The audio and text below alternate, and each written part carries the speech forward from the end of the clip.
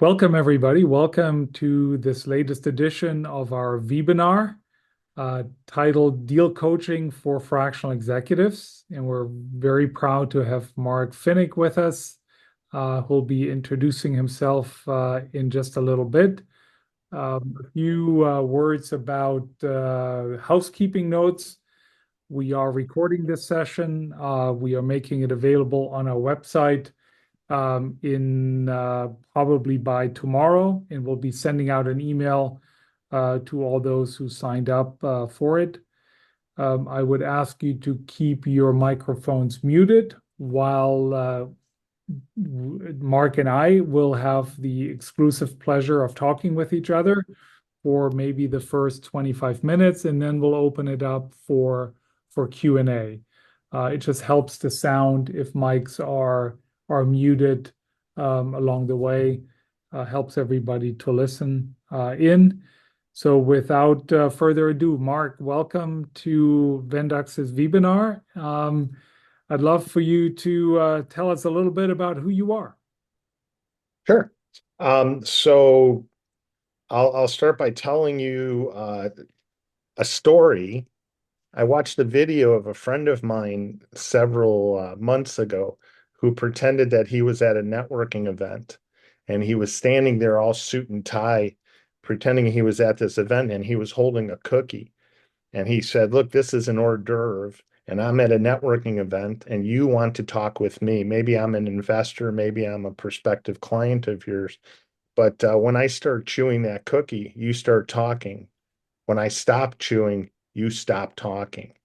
And if I want to learn more, I'll learn more." So in answer to your question, um, for Series A and seed companies that are selling SaaS into large enterprises, I coach their sellers on winning those deals.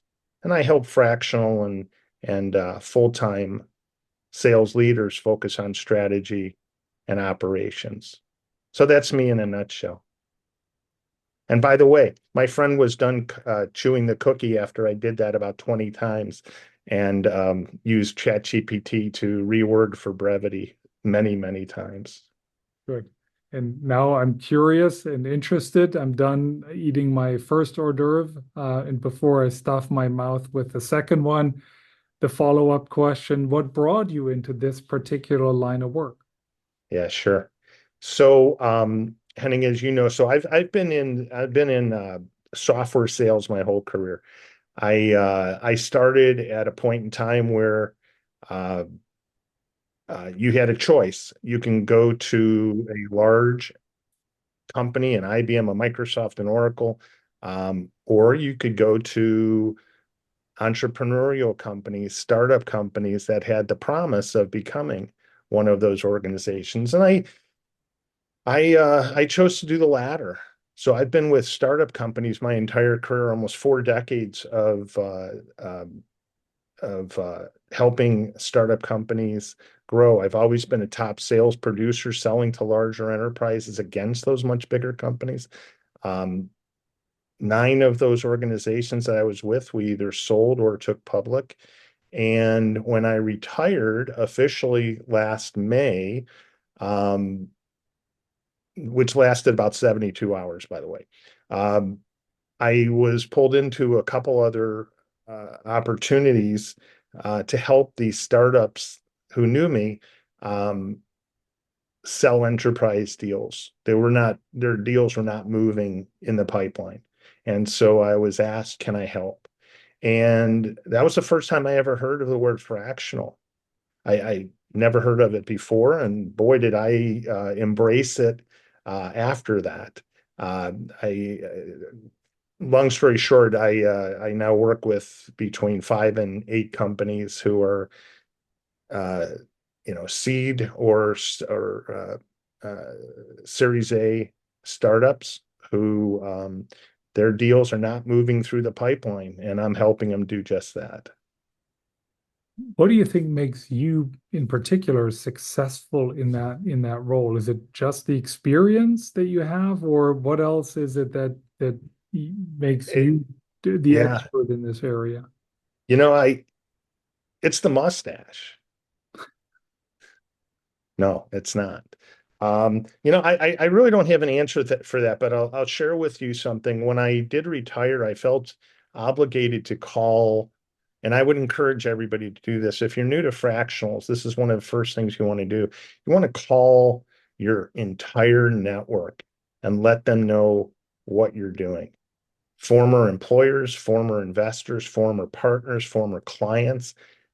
And I'll share with you, number one, no matter what kind of relationship that you have with them, number one, they'll only remember the positive.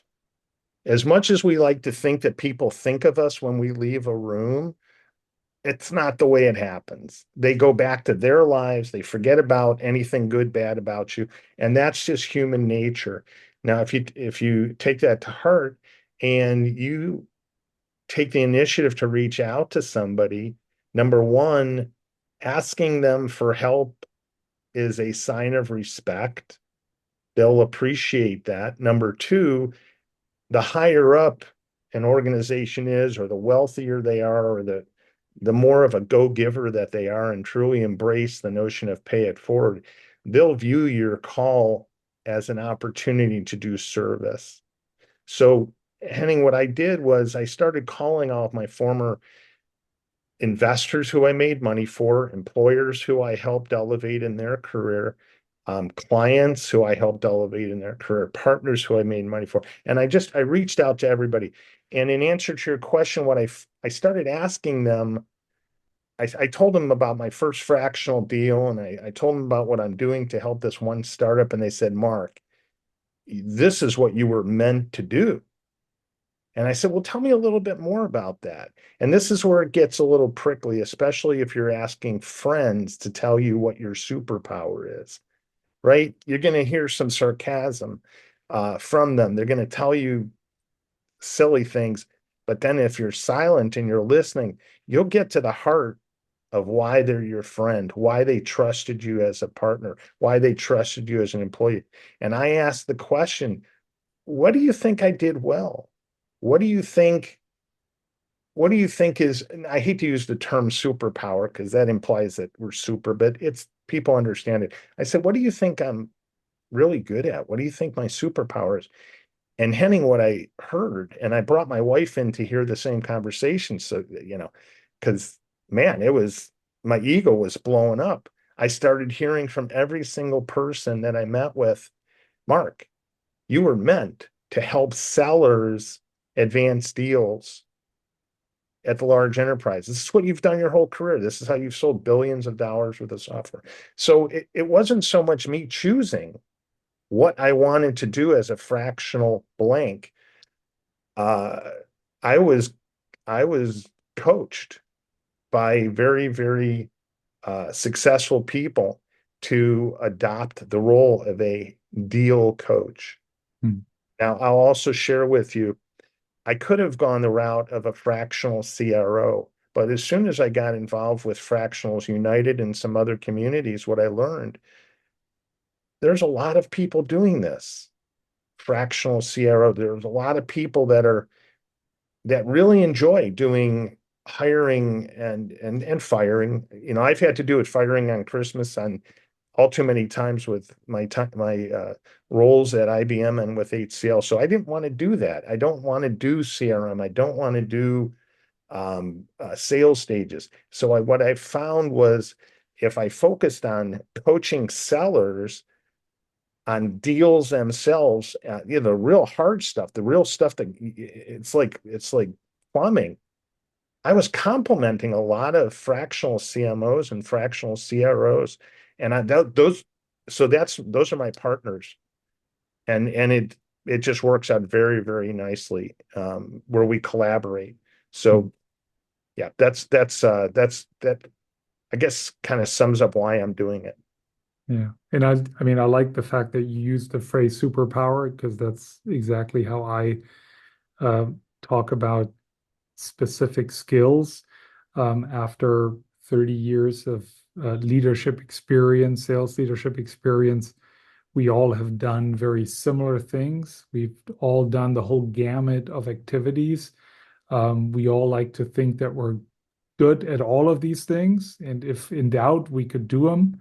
But the question is it something that you're really good at and you want to do going forward? And I guess in your case, the deal coaching was affirmed by many others as being your superpower. It is, and I'll share this with you again. This is if there's people on the line who are new to fractionals.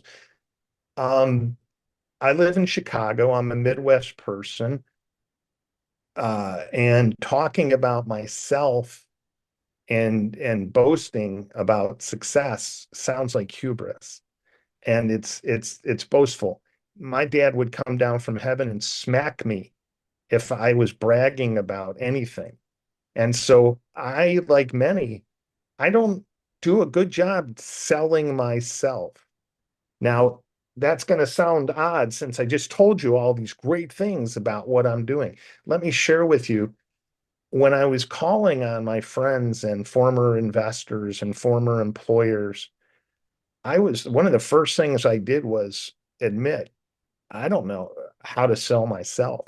I've sold the world's greatest technologies. I've sold the world's greatest teams. I've sold multi-$100 million deals before when I was with larger organizations, but I always had the brand name. I always had something. I always had some box or an object that I was selling. All of a sudden, I'm selling myself. I don't have brochures. I don't have Gartner reports. I don't have analyst reports about Mark Phinick. I didn't know what to say. And somebody gave me some very sage advice. They said, Mark, stop trying to do that. Pretend that there is a metaphorical Mark, an avatar, a pretend Mark. What has that individual done to help their clients improve their business? What has that individual accomplished? Not for themselves, but how have they helped their clients increase sales or reduce cost or increased efficiencies? And man, I'll tell you, all of a sudden, that person was a superhero. I was able to come up with that person's superpowers very, very quickly. I had to tone it down. I was so good at selling that person's capabilities. So I share this with you because one of the things that I see in most fractionals, we're all practitioners. We're good at what we used to do, but now that we have to do it on our own, it's not natural. It's not natural. So one word of advice, if you're interested, and I could chat with you offline as well, but take this to heart. Pretend that there's another version of you and start thinking of what that person has done to help improve their client's business. And I think you'll be amazed at what a superstar that person is. It's you. I'd like to expand on that because that's really now that you are out there coaching fractional executives or doing deal coaching for fractional executives, what are some of the common mistakes or common shortfalls that you're seeing? Yeah, and to clarify, so my focus is very acutely on coaching seed stage and Series A SaaS startups. So there's pressure in the system. They've received investment money. They've got 6 to 9 months worth of runway. They have to start selling. That's my focus. Where I partner with fractional CROs is where they don't want to do the things that I do. So that's the intersection with fractionals. What I see, whether it's a startup or a new rep or it's a fractional, um, one of the most common things I see is too much talking about what you do.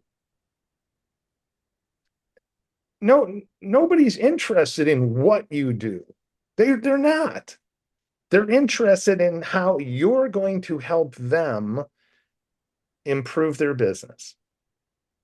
They're interested in helping and how you're going to help them make their lives easier. If you think about job interviews that we've always, that we've all had in our career, throughout our careers, I took it upon myself very, very early on to have empathy for the hiring manager and figure out, how am I going to make this person's job easier by hiring me? Think of your future clients. And by the way, I don't use the word prospect. I don't ever want to be called a prospect. Why would I call a future client a prospect? I think that's a derogatory term. So when I'm speaking with future clients, which is also aspirational, hopeful, right? I hope they're going to be my clients. Um, my focus is on what's important to them. And if they had a magic wand, how could they improve their business? And it might come down to features and functions of a technology or skills that you possess as a practitioner, but it needs to be phrased in terms that they or their C-suite use. So if you're selling to an organization that you're dealing with the CEO or the ultimate approver, what's important to them? How do you help them improve their business? If you're selling to a larger organization, how can you help the people you're working with, your champions, translate your skills, translate your services and product into the language of the C-suite, which, no surprise, always has to result in increased sales or reduced cost.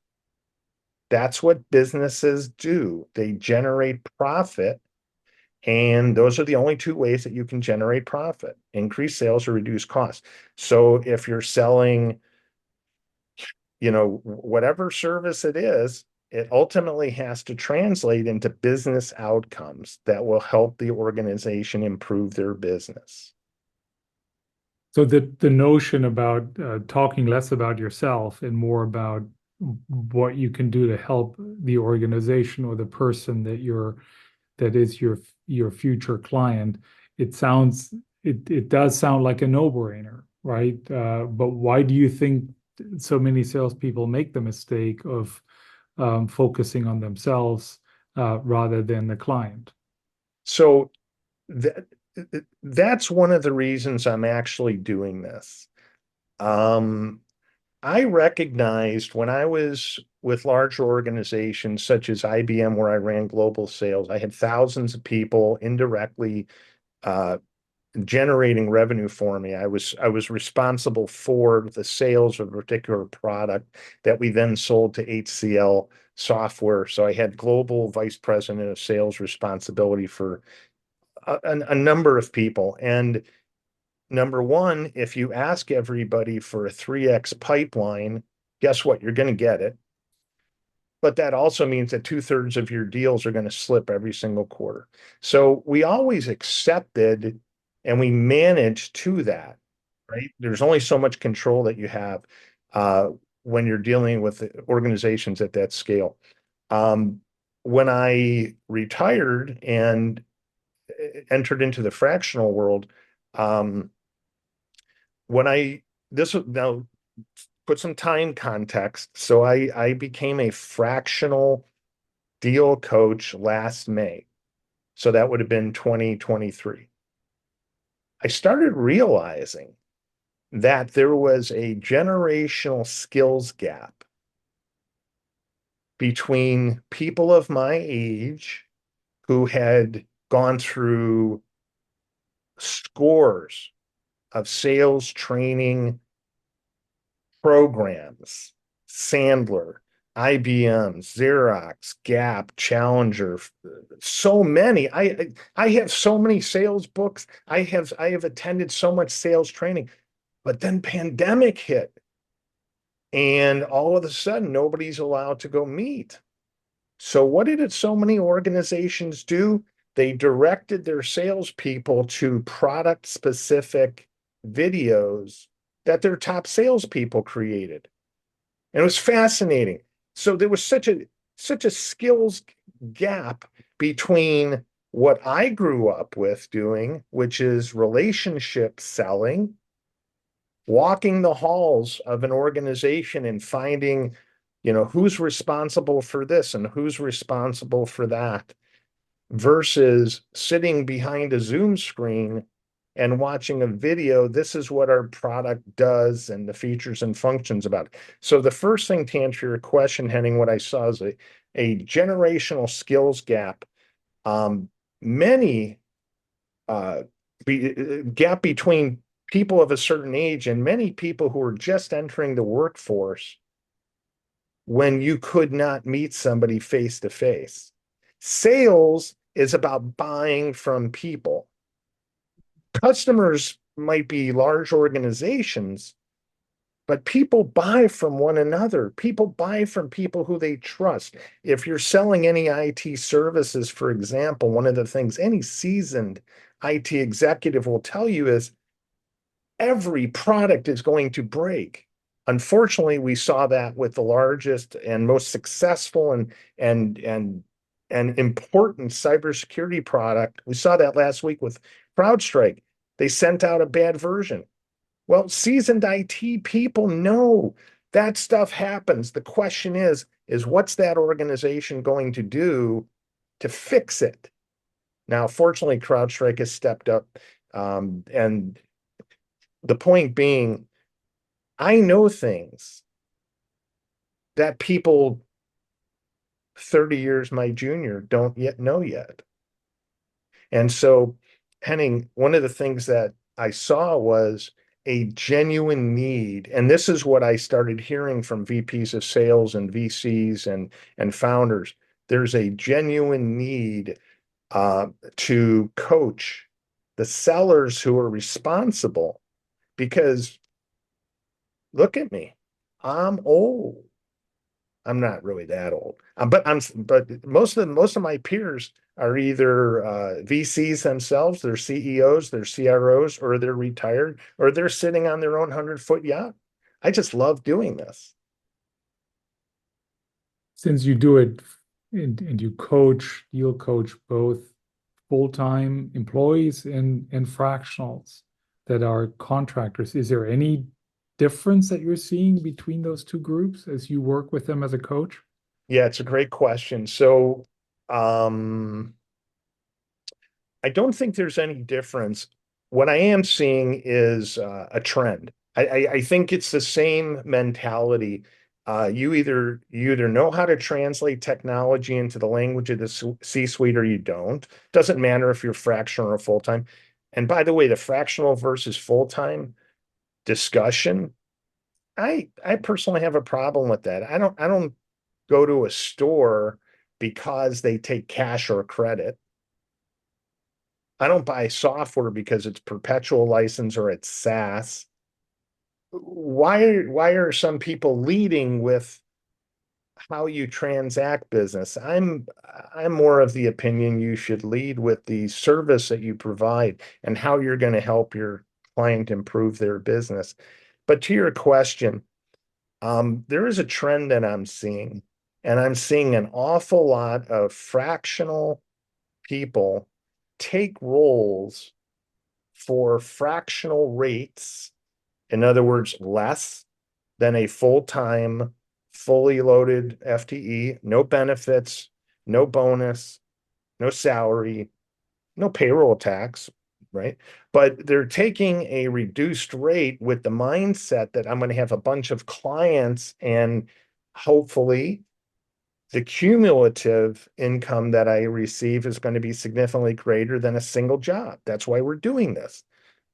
Force multiplier. What I'm seeing is fractional people, especially salespeople, because deals work at their own cadence. There's no such thing as um, a deal that progresses every Tuesday at 10 a.m. Let's meet and talk. Deals progress at their own cadence. As a result of that, what I'm seeing are too many fractional people spending far too much time as a fractional employee. Their employers are just, it's slave wages, right? They're working 30, 40 hours for fractional rates. And what I do is I coach them, you should negotiate a full-time role. Hmm. If you're working 40, 50 hours for somebody for fractional rates, that's not an equitable relationship. It's just an observation. I mean, I see similar trends and similar developments. Um, the question then would be, how do we fix that? Because it ultimately is detrimental to the fractional executive industry, the whole of all fractional executives. How do we fix that? So I cap my hours. I cap my hours. Mm. So I and let's also talk about hourly versus monthly retainer in this discussion. I think this is also going to be maybe helpful for some of the new people. Um, Let me start with that. So I'm of the opinion that if you are a fractional executive and you work on an hourly basis, you're basically setting yourself up to compete with Upwork employees who have the same title, but they're $35, $40 an hour. Just my opinion. Mm. And so everything that I've ever done and everything I coach my colleagues on and other, friendly fractional execs and my clients on, everything is value. What's important to the client? What's the value to them in business outcomes? And then that's what I base my price on. That's what I base my monthly retainer on, which is never based on or never contains terms. No services are rendered until I have cash in the bank via Venmo or PayPal. This is just how I work, because the two times where I've offered somebody, oh, I understand you can't get me my payment in advance. Don't worry about it. I trust you. That didn't work out.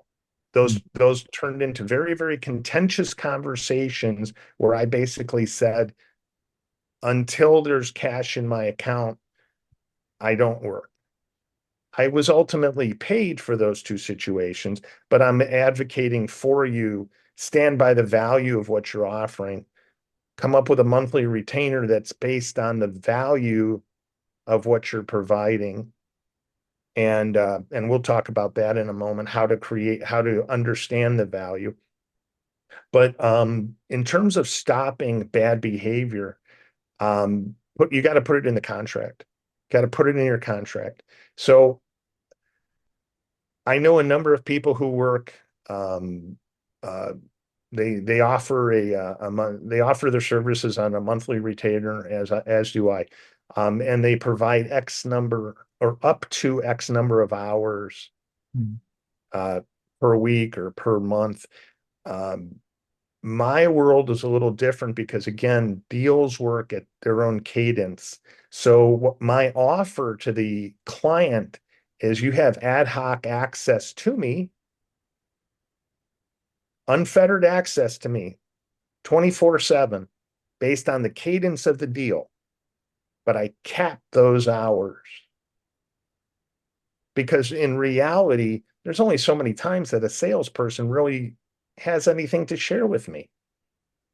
They're not going to, it's not practical to think that they're going to call me and for 40 hours a week. They should be out selling.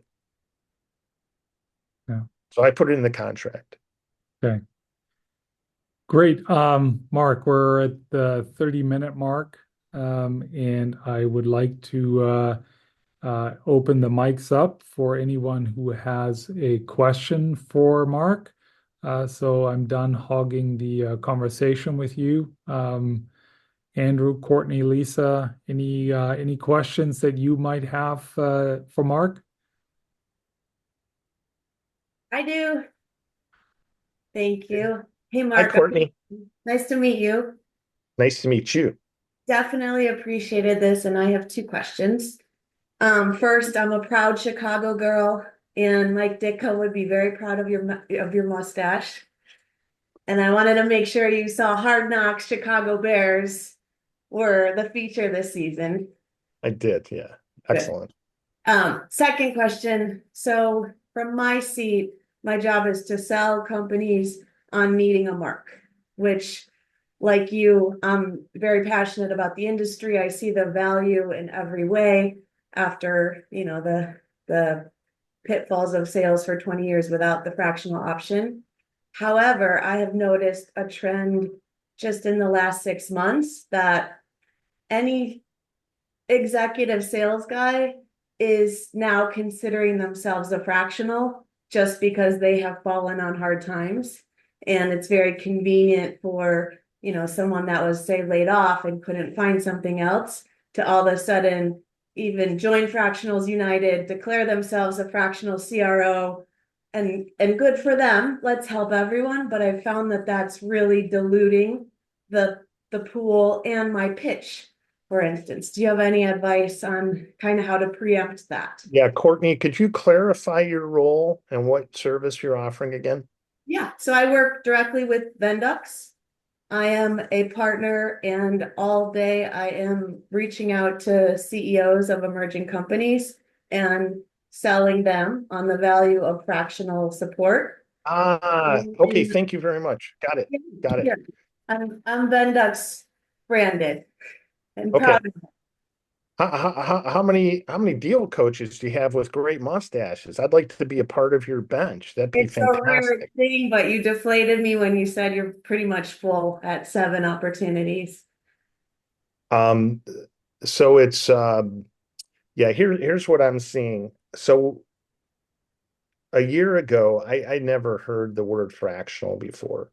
And a friend of mine, Shelly Morales, who's an HR person, real special lady, she and I were part of a very, very big IPO, I don't know, 20, 30 years ago, 25 years ago. Second largest IPO in history. First one was Netscape, then us. Now others have taken that mantle.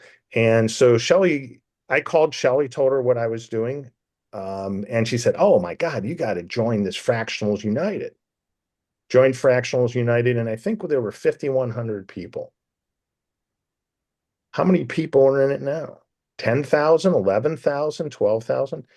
And let's be candid.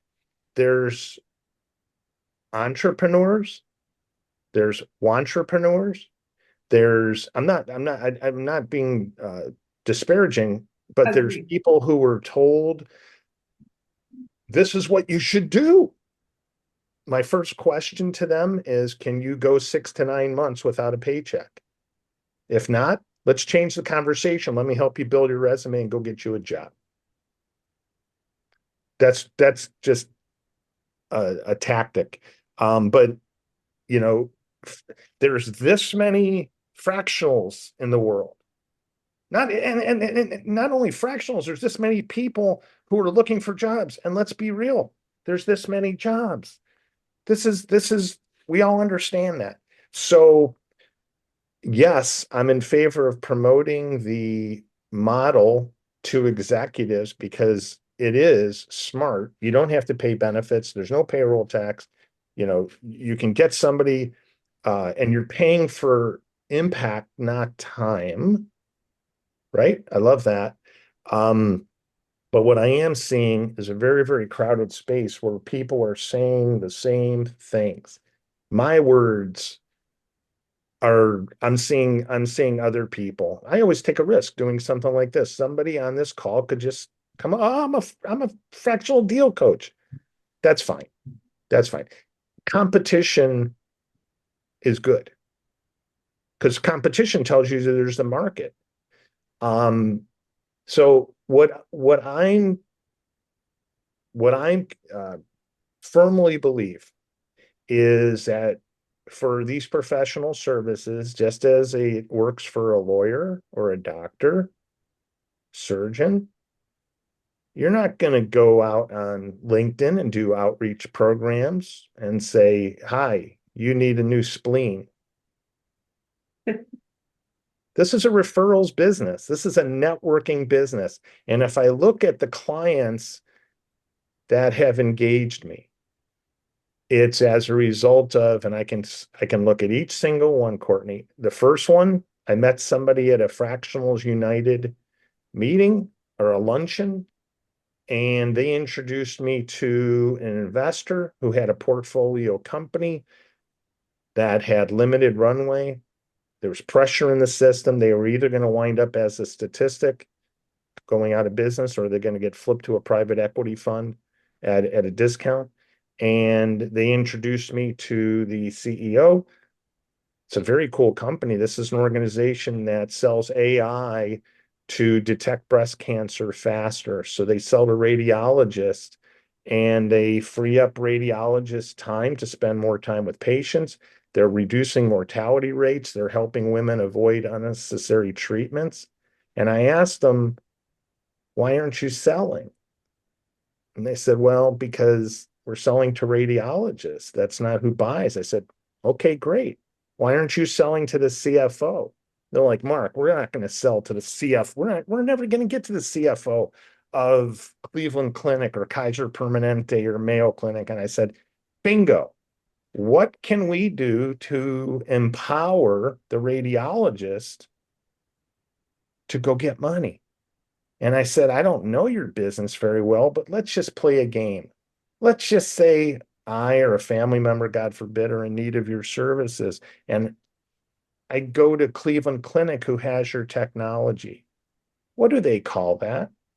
Oh, that's increased patient volumes. I said, guys, why don't you just write that down? What do they call that if I give them money? Oh, that's average revenue per patient.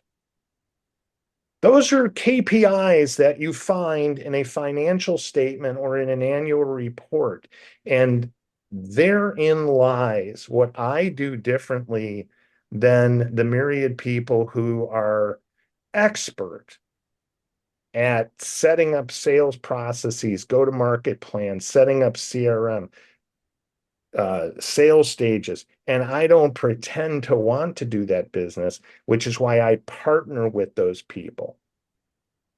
So Courtney, I think what this comes down to is understanding your ICP, what you are and what you're not, and articulating it in the hors d'oeuvre style fashion that we started the call with, being able to say, hey, if you run across a seed or a Series A SaaS company that's struggling with enterprise sales, I coach them to win more deals. If you can get your value proposition down to that, that's going to be very, very important. Try to coach people when they get on networking calls, not to spend 17 minutes of that call talking about themselves and their career and where they were born and what their brother's name is and blah, blah, blah, blah, blah. Does that make sense? 100%. Very much appreciate, Mark. Can we stay on the topic of this networking for a moment? Because I think everybody hopefully is doing it a lot. Your days as a fractional should be filled with networking calls, and you should start the calls off with, hi, I'd like to use this time for you to equip me so that I can introduce you as opportunities arise. Anything else is a narcissist. If you start the call off and all you're doing is talking about yourself, you've blown it for the other person knows that you don't know the secret handshake. The secret handshake to this business is to be a go-giver, not a go-getter, a go-giver. Give more than receive. And if you could do 28 minutes with Courtney, you and I telling me what you do, and then end the call with saying, Mark, oh my goodness, we spent 28 minutes on me. What about you? I only need a cookie length to talk about me, right? 100%. Thank you so much for that. Yeah. Go Bears. That's great advice, and we came full circle with the cookie story and the cookie analogy.